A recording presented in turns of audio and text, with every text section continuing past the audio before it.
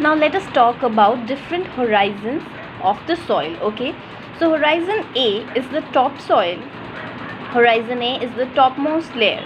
It contains soluble minerals and organic material, that is humus, from decayed plants and animals.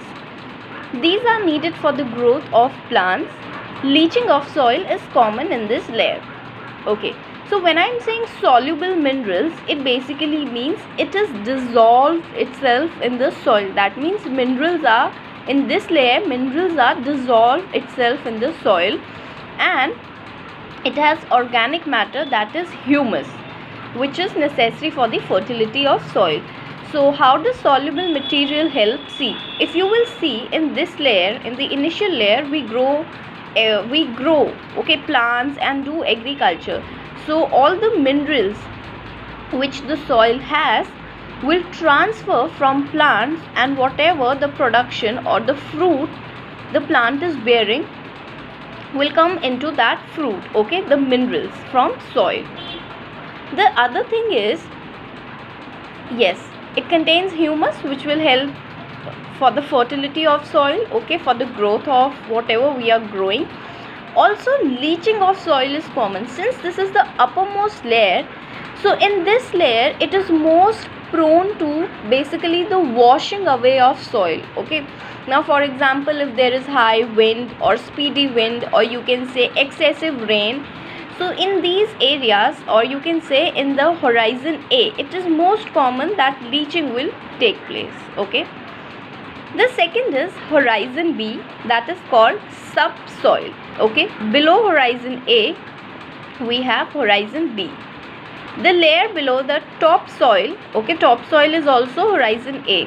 Horizon A, the other name for horizon A is topsoil. Okay, the same way the other name of horizon B is subsoil.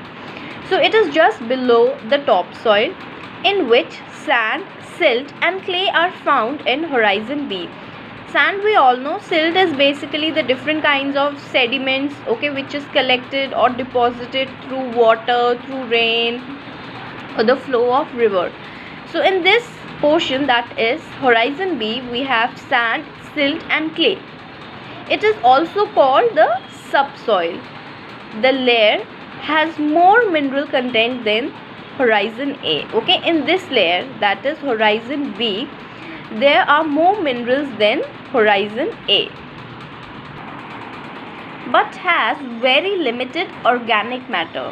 Horizon A and B together forms true soil. Okay, so basically in horizon B there are more minerals than horizon A, but there are less organic matter, that is humus. All right, also when horizon A and B is combined, it is called true soil.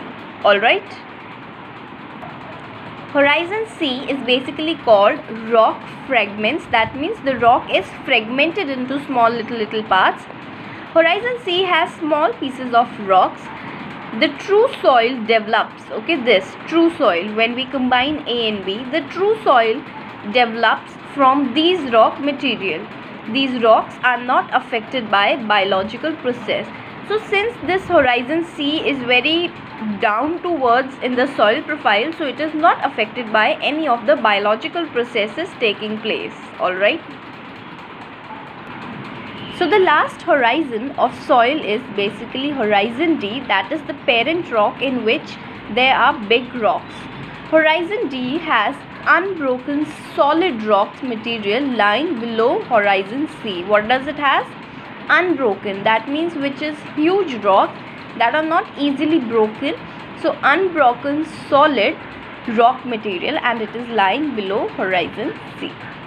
Okay, so these are the 4 horizons in the soil profile. Okay, and their distinct characteristics, features.